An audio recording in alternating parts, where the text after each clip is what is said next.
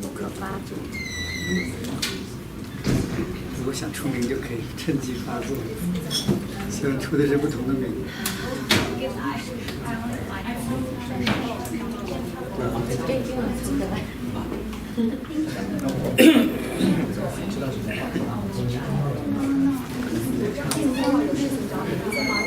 Hello, everybody. Good to see you all.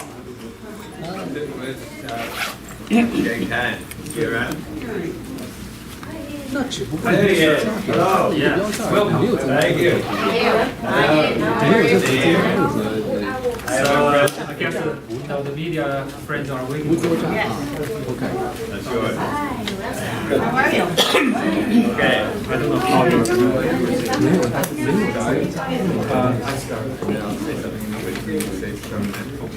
我知道他还 Hello. Hey. Nice to see you. Good to see you. Yeah. 不是说又多了一遍，没有。 Or is it tomorrow? Yes, tomorrow. I want to show my. I have a big office at this. You've got a nice office. So why don't we get started? It's okay? Yeah. Okay. No, we have a great turnout today, and thank you, the media, the friends from media, for coming. I guess I know most of you actually, so I can say friends. Today it is my honor to hold this news release for Honorable John McCallum, the Minister of Immigration, Refugees and Citizenship of Canada. As you might have known that the Minister will visit the mainland China, Hong Kong and the Philippines. So I have the honor to go with the Minister, and there will be other military staff, including the Assistant Deputy Minister, to go with the Minister. So I guess I will, ask our Minister to give the details to you, and after that you can ask some questions to him. I guess my function is to translate some of the details in the Mandarin if it's necessary. And if you want more details in the Mandarin, I can explain that to you. Well, thank you, gang, and good afternoon, everybody. Pleasant to see so many of you here. Thank you all for coming. Well, as Gang has indicated, the two of us are going to China tomorrow. We're going to Beijing, Hong Kong, and we're also going to Manila. And so I'm very much looking forward to this. I don't know the exact number. It's probably about my 12th visit to China, something like that. I've gone many times over the years. You've probably gone even longer. We'll come from there. But both of us know China to a significant degree, and so it's a pleasure for me to return. And in terms of why we're going, well, I think the first point to make is that we have favored stronger, deeper ties with China for a long, long time. I think it began with early recognition by Pierre Trudeau, and his son Justin Trudeau has made it very clear that we want to pursue stronger, deeper ties with China, partly because of Canada's long-standing friendship with China, but also important, it's in our economic interest to have stronger ties with the second largest economy in the world, the country with the biggest population in the world. It's out of friendship, but equally important, it's out of Canada's economic interest. Our national interest is to have strong ties with China. And the Prime Minister will be going there for the G20 meetings, and Gang and I will be going earlier, and I will be going principally as Immigration Minister, because when we talk about stronger ties with China, we mean stronger ties of trade, stronger ties of investment, but also stronger ties people to people. And right now, China is the largest source of students in the world. China alone accounts for 1/4 of all the temporary resident visas coming to Canada. and that includes students, visitors, and temporary workers. So China is already a huge market, and we want to make it even huger. And so the Chinese government and the Canadian government have agreed that we want to strengthen and deepen our ties. And so part of that effort is to strengthen and deepen our people-to-people ties. And already, as you know, we've spoken about joining the Asia Infrastructure Investment Bank. We've spoken about entering into free trade negotiations with China. None of those things has happened officially yet, but we are making plans in that direction.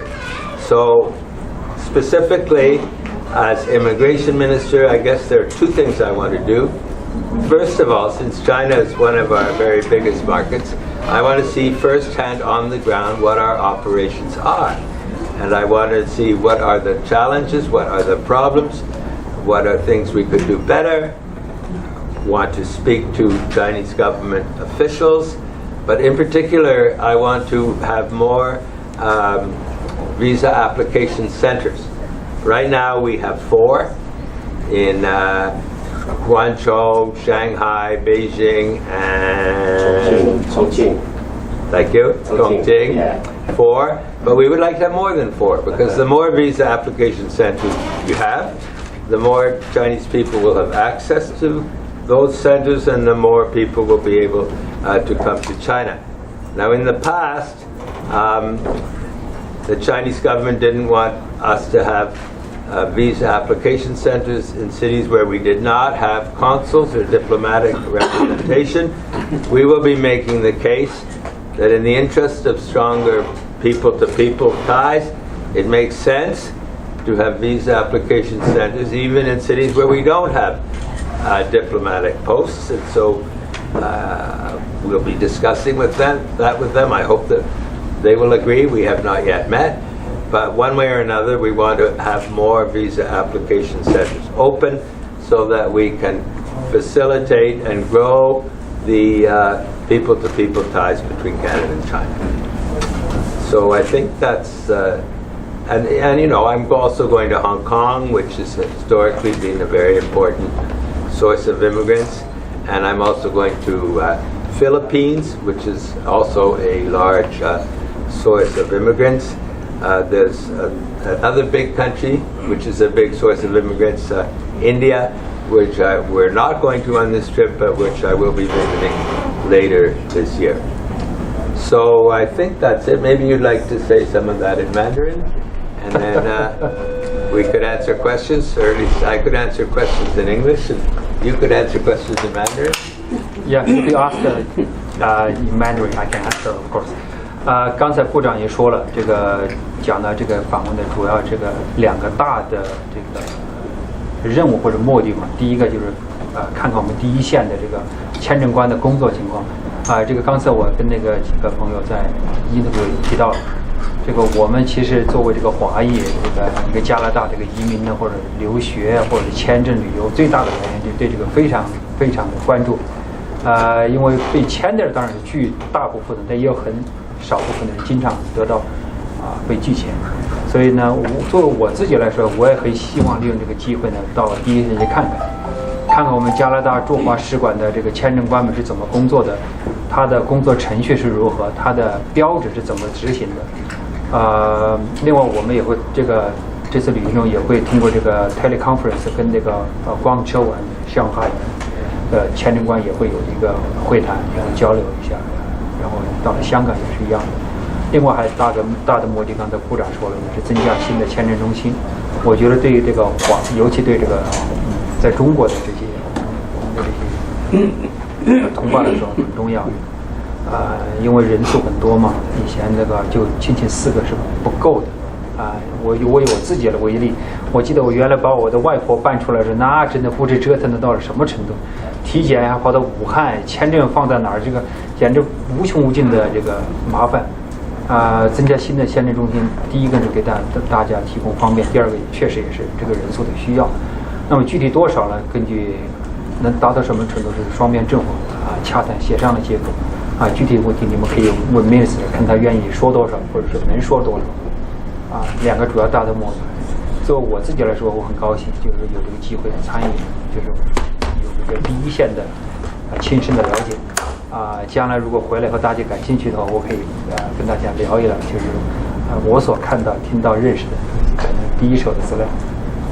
另外，大家对这个新的，我估计可能会对这个新的自由党上台以后的移民政策，包括这个留学政策和移民政策，会有一些想法。我想，是不是借这个机会，到时候大家能问一问这个部长，因为他正好本人在这里，得到比较权威的政策性的一些回答。另外，加中双边的发展，刚才部长也说了so we have showed the interest to join the Asian Investment Bank 亚投行。我们也正在做这个双边的自由贸易的协议，当然这不是一天能做到的，但是从中间你可以看出自由党政府对中国发展、对中国的关系是采取一个积极的、主动和务实的态度在进行。所以我就说这些，看看你们有什么问题问那个。Minister, more visa center, does it mean that more applications or means more backlogs? Any statistics about the backlogs? It's nothing to do with backlogs. It means more applications is our hope, because if we have offices in more cities, then more people can come forward, and there has been a significant increase in applications, but the time process has not increased. I think the people are handling the increase in the applications well. We're going to have to monitor that going forward, because if the applications grow significantly, we'll need more people. But if we have more visa application centers, we have more people. And I will be finding out exactly in detail the questions you raised, to the extent there are issues with possible backlogs, but I'm told that the processing times are quite good for China. But that is certainly one of the things we will monitor, because if we want to get more people to come, we want to make it easy for the people. So we want to make it easy for them to apply, which is why we want more visa application center cities. And once they apply, we want to make it quick for the answer to come, and that's the way we can increase the flow of people. Thank you. Minister, how many more visa application centers that in your mind is going to located in China, and what region that's in your mind that's going to have more the center? I don't have a precise number. I would like a lot more. But it depends on the Chinese. It takes two to come to a deal. So nothing will happen without the approval of the Chinese government. But if we could go from 4 to 8, that would be very good. But that's if, because we haven't yet spoken to them and they haven't agreed to any yet. But I would like to have a substantial number, because we're thinking big. We want to have more immigrants. We want to have more people from China. China is the fastest growing market in the world. And so if we can go from 4 to 8, that would be great. But we'll have to get the agreement of the Chinese government before we can open one more. Which city are you looking for? What city that in your mind is going to happen? We don't have precise lists, but if we had 4 more, we would want them to be spread in such a way to attract the most people. Now, China is so huge with so many cities. There are many different places we could go, but we would discuss with the Chinese government where would be the most strategic locations for the 4, if it's 4 additional cities. But until we speak to the Chinese government, we can't really be precise on exactly how many more and where. But I can tell you that I'll be going there in the hope of having a substantial number of additional cities in locations which could strategically reach out to the most number of people possible.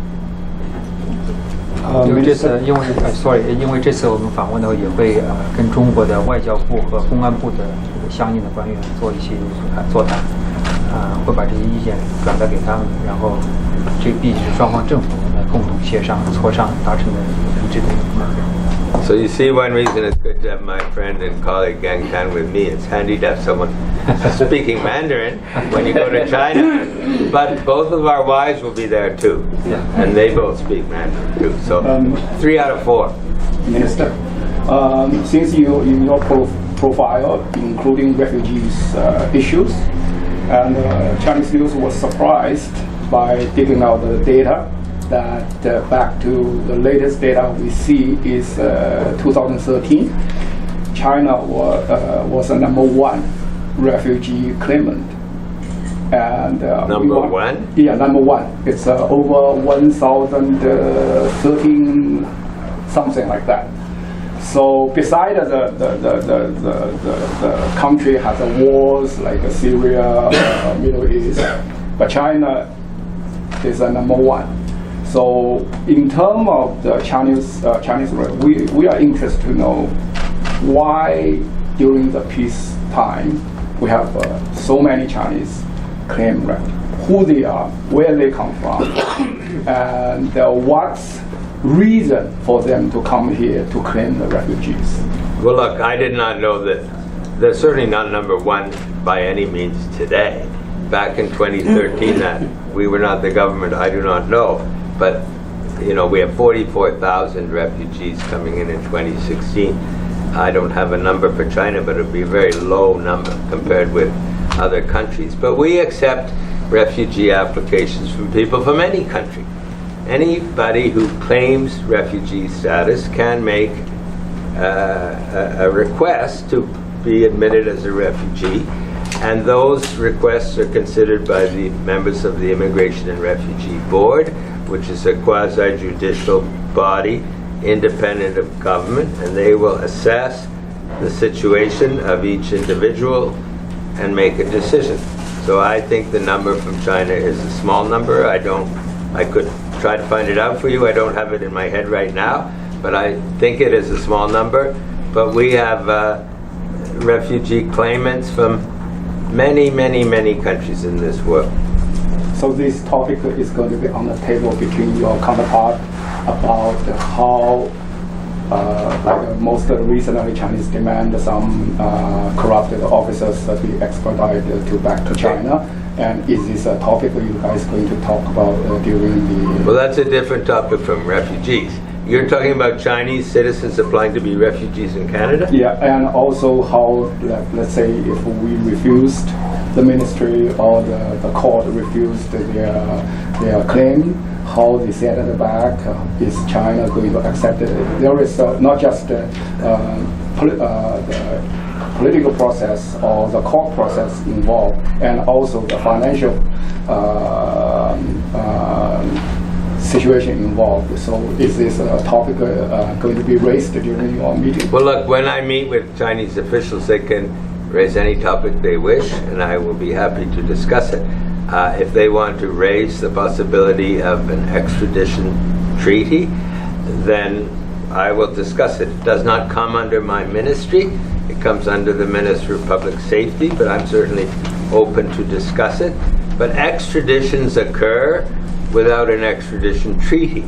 You know, one can have case-by-case agreements on extraditions both directions without having a treaty, or one can negotiate a treaty.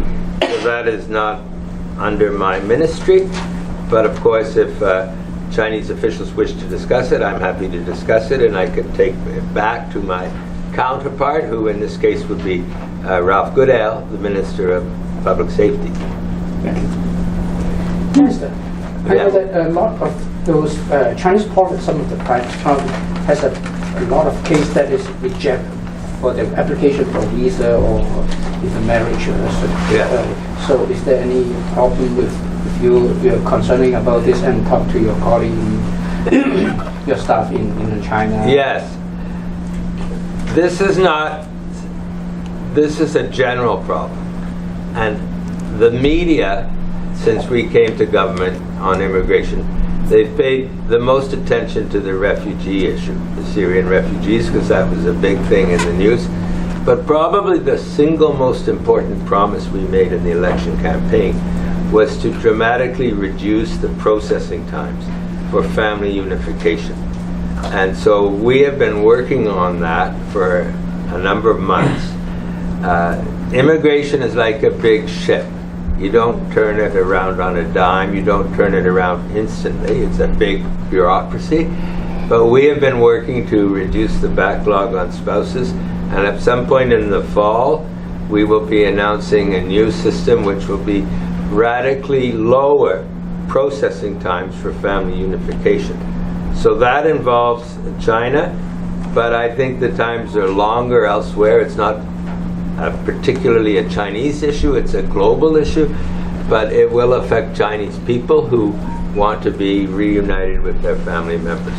We also have issues with people who are turned down for temporary resident visas, visitors, students, temporary workers. A certain fraction is turned down, sometimes for legitimate reasons, sometimes not, and we're trying to improve that situation. And we are going to have in 2018 data on when people enter Canada, when people leave Canada. We don't have that information today. But once we have that information of when the people leave and when the people come in, it will be much easier to monitor it. Because right now the fear is that if someone applies to come in as a visitor or a student, come to a wedding, come to a funeral, the concern is, well, maybe they'll stay. Maybe they'll stay beyond the time of the visa. And the visa officer has to assess that risk. But in 2 years' time, we will have official information, so we will know if the people have left or not.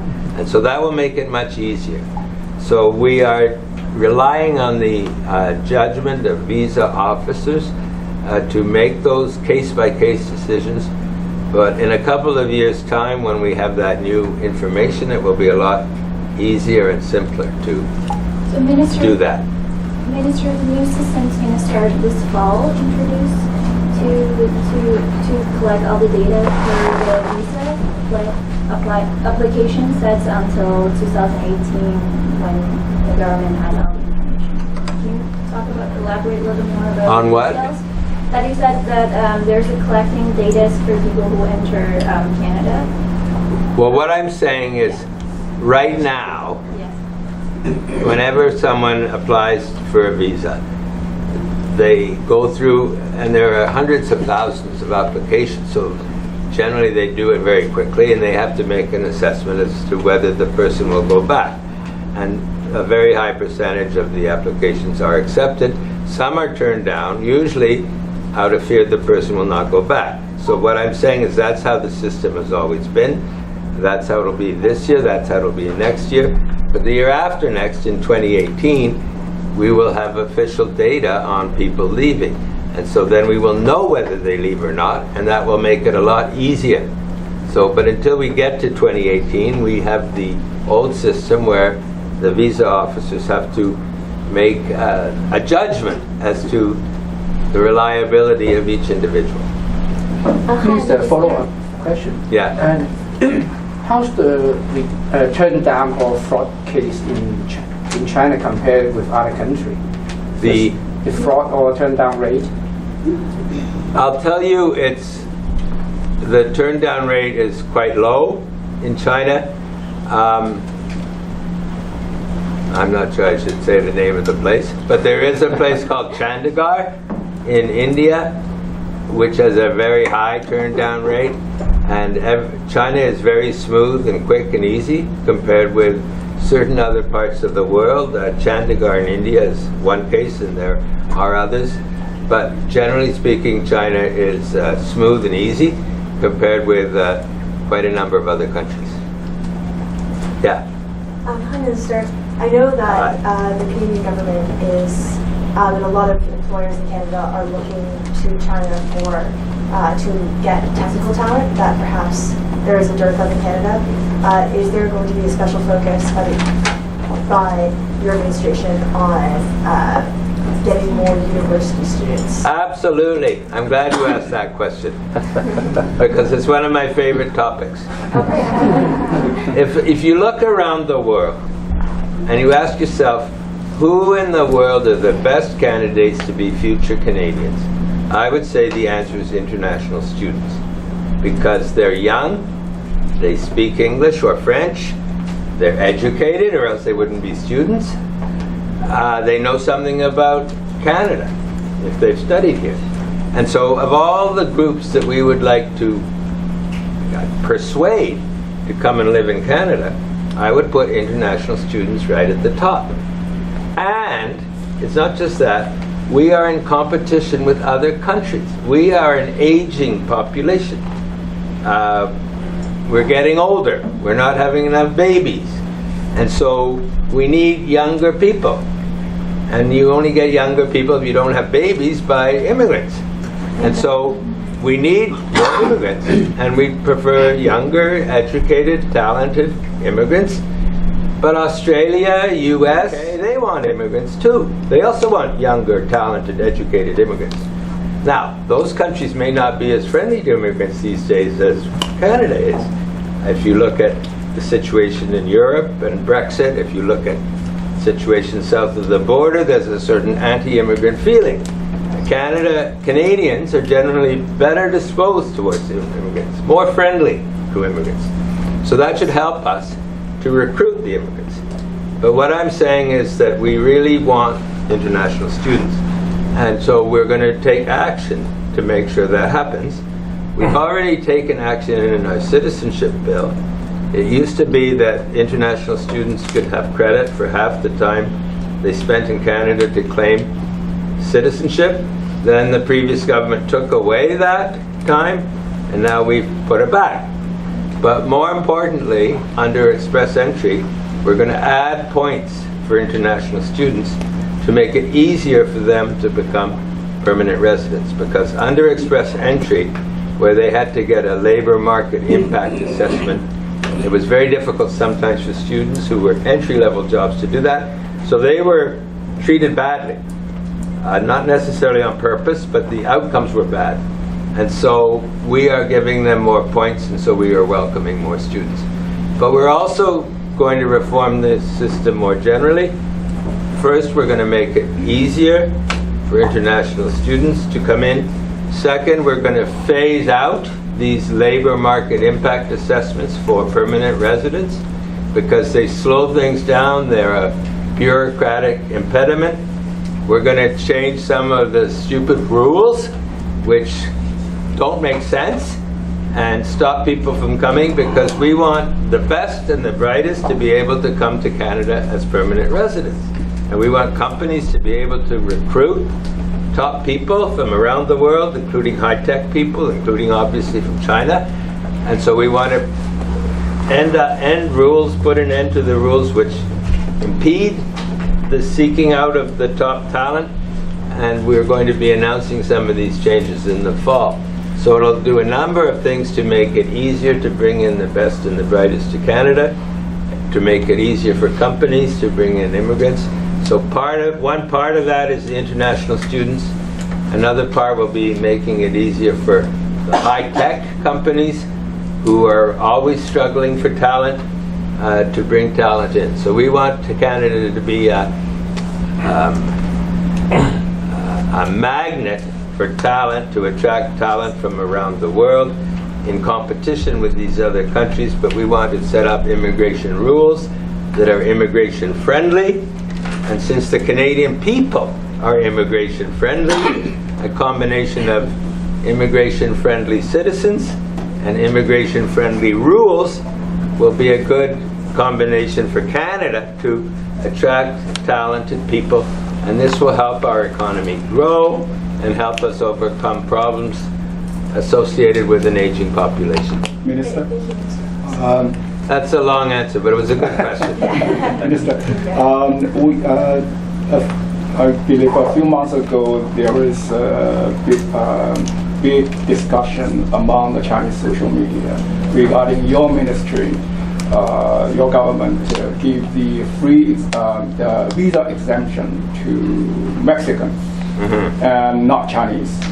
And if you compare these two countries, China is number 2 in terms of economic size. Someone even suggested now it's a number 1. So what's rationale and the reasons behind the decision, Canada gave Mexico the free exemption, not Chinese. Or not any other country in the world. It was just one, Mexico. And that reflects the fact that we have only 3 countries in North America in NAFTA. It's a group of 3, United States, Canada, Mexico. We had previously had no visa on Mexico prior to 2000. Up until 2008 or 9, when they imposed the visa there, Mexico had been visa-free. So Mexico had a history of no visa. The previous government imposed a visa on Mexico, and we, in light of Mexico's status as a NAFTA partner, and after analysis of the situation involving Mexico, decided that we could lift the visa again.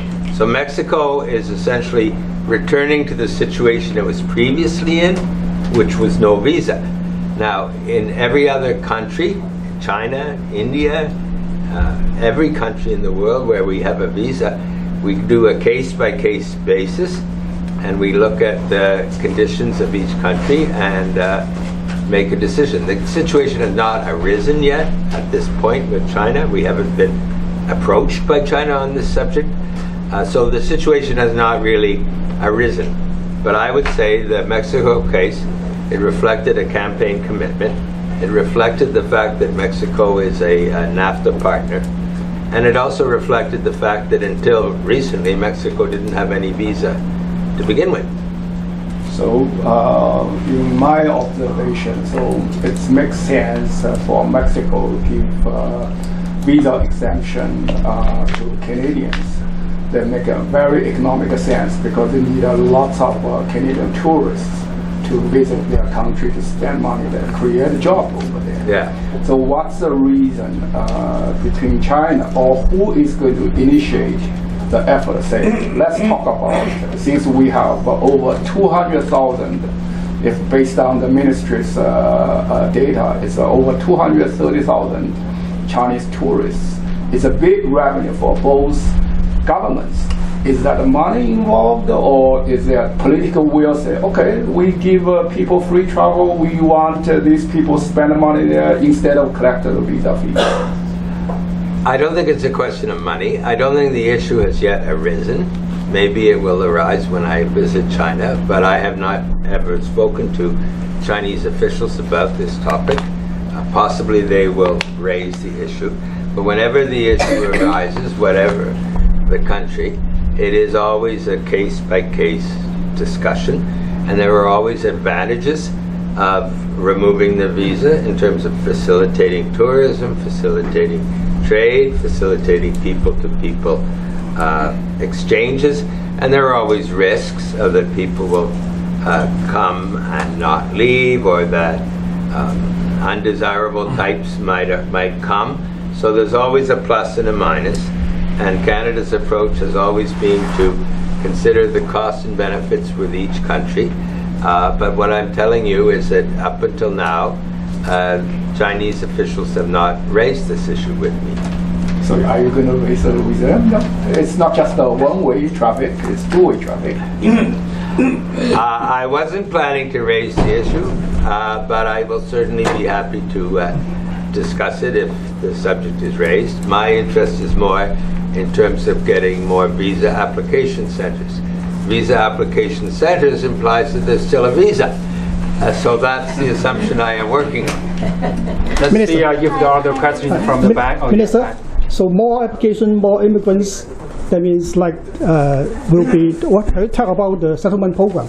Will there be jobs enough? Will there be a good environment for the new immigrants? So I want to talk about the current situation about the settlement program for new immigrants. The settlement. Yes. Yeah, about the job opportunities, about the child care, and also housing, affordable housing. So when you get more people coming, if they don't find a job, they don't have affordable housing, that will be a big problem for the country.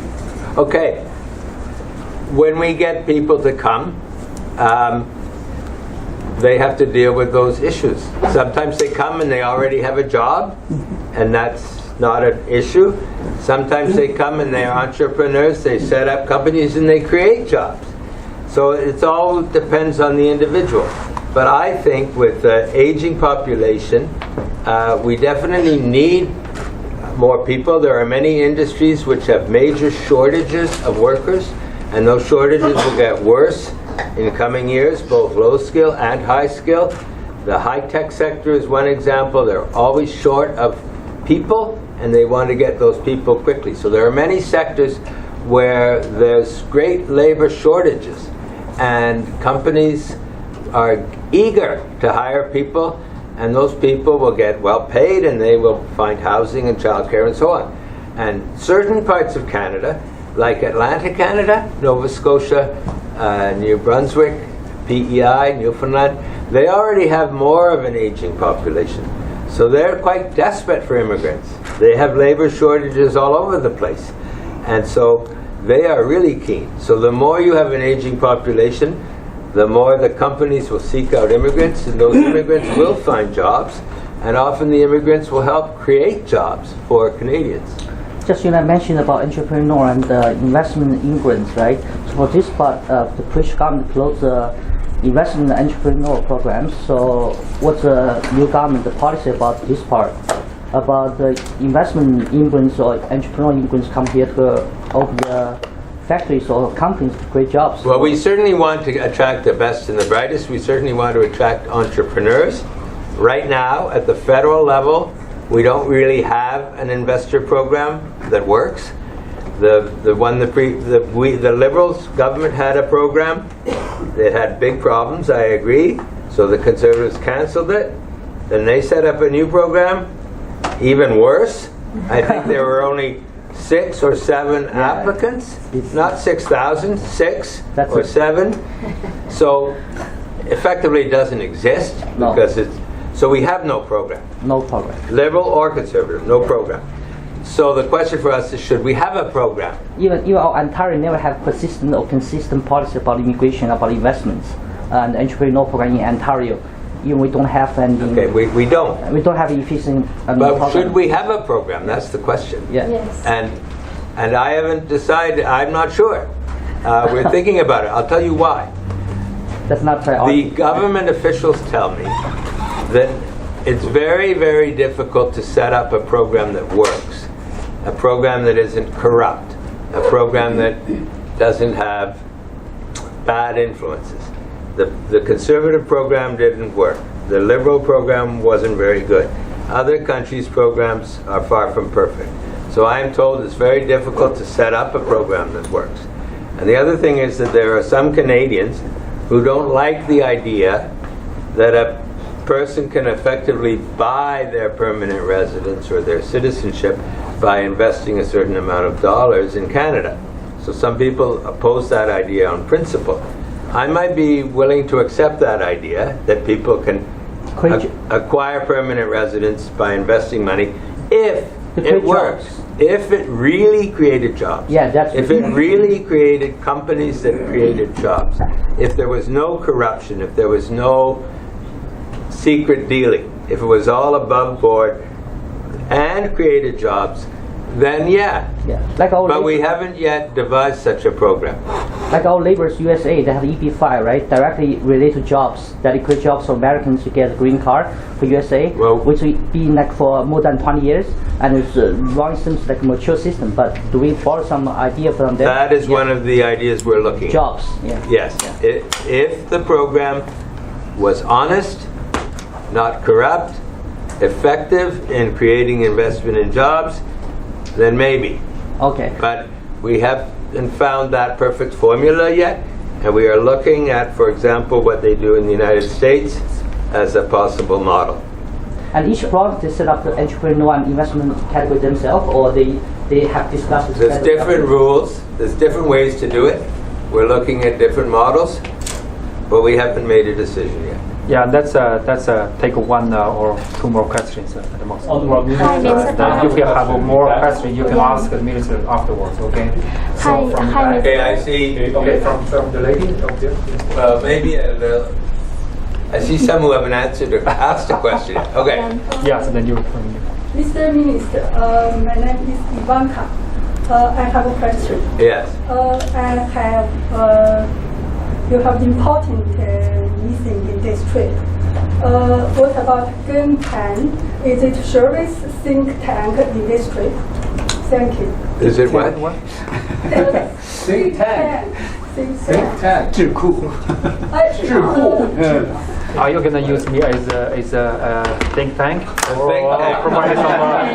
Provide some idea for your trip? Well, look, he's a very good colleague of mine. We worked together during the election, and I know he understands a lot about China, and he has the added advantage that obviously he can speak Mandarin. But that's just a bonus. He brings a lot of other qualities that makes him a very good person to bring along on this trip. So I think having both of us there will, we'll be able to make better decisions and understand better the positions put forward by the Chinese government officials. It certainly helps to have a person with me who is, understands China better than I do, and so the two of us together will work very well, I am sure. Yang Jie. From what I remember, Mr. actually former Minister of Immigration under conservative government never visited China.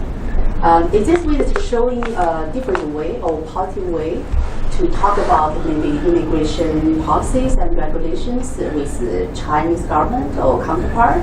How do you think it's important to visit China as an immigration minister?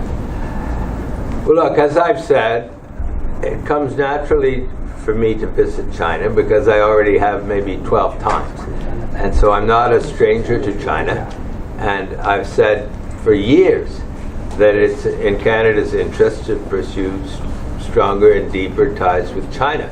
So it comes naturally for me to do that, whether it's immigration or trade or whatever. I happen to be the Minister of Immigration, so I'm going to China to talk about that. But I think, as I've said, we want more immigrants from China, we want more visitors from China, we want more students from China, and we want the flow to go the other way too.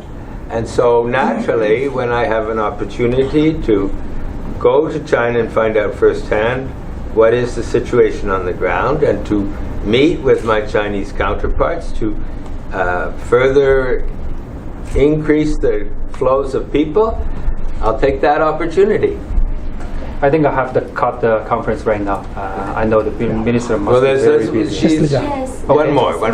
Just because she hadn't asked a question yet. Hi, Mr. The process time for partner inline sponsorship is 26 months, and for parents or grandparents is 5 or 6 years. And when you will speed up the policy time of the private sponsorship?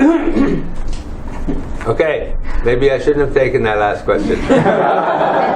No, I'm happy to, because that refers to what I said earlier. Yes. I said the biggest single promise we made in the election was to reduce those times that you're talking about. Mm-hmm. And in the fall, we will be announcing a very substantial reduction in the time for spouses and young children.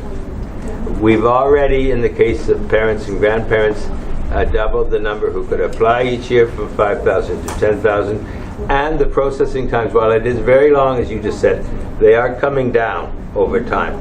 But we will, in particular, have a very big reduction in the processing time for immediate family, for husband, wife, young children. And that will come in the fall. Oh. But as I said, you can't change it overnight because it's a big bureaucracy. It takes time, but in the fall we will be ready to announce major change. September? I don't know. The fall. I don't know how long the minister will stay here, but if you have more questions, probably take your chance afterwards. And recently I sponsored one petition which called the government of Canada to provide more support on the language training and the intern opportunities for the international students and the new grad. So I just hope you can help me spread this information and get more people to sign the petition. And today we are very happy to have a minister to answer your questions. And thank you for your for coming again. And my hard-working staff has prepared some finger foods and tea, coffee. You can enjoy that and take the time. I would just thank you all for coming too. Thank you again to all your staff for setting it up. Thank you. You mean about changing the rules for students and express entry? Yes, we are going to do that. So what's the details of that? Well, we're not ready to announce it today in detail, but I'm telling you that we're going to make it smoother and quicker to come in. We're going to make more points for students so that international students will find it easier to come. We'll have less restrictions in certain areas. We will phase out these labor market impact assessments, which make the process a lot slower. So we want to streamline things, make things simpler and easier so that companies will be able to bring in the best and the brightest people from around the world. But I can't really give you more details than that, but we will certainly be announcing those things in the fall. Okay, so our show is live, so people are asking from our social media, they're asking the wives of you guys will visit China with you, and who will pay for the cost? We individuals. I will pay for the cost of my wife. Gang Tan will pay for the cost of his wife.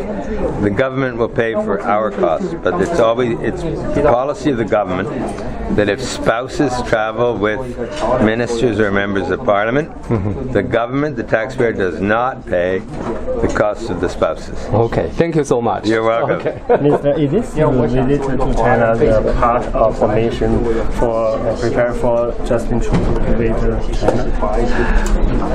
Well, it's linked with it. It's consistent with it. It's not specifically tied to it. His trip at the leaders level is associated with the G20 meetings, and he will meet the Chinese leaders, whereas mine is on immigration. But they're all linked in the sense that all of us are promoting stronger ties and closer relation with China. It's not state visit. It's not state visit. It's certainly not a state visit. No, a state visit. I think you have to be the leader of the country, which I am not. No. So will you increase the total number of immigrants to Canada every year? Well, we are having consultations right now across the whole country, all through the summer, asking Canadians that exact question. How many immigrants do you think we should have every year? And we have 300,000 this year, 2016. I think many Canadians believe that it should be higher, partly because of our aging population, partly because Canadians are an immigrant welcoming country, and so I think there's an economic case for having a larger number of immigrants. But we have not made a decision yet. Right now we're in the process of consulting individual Canadians from every province across the whole country, and then at the end of that consultation we will announce what our immigration targets are, but we're not going to do that until we complete the consultation. Thank you.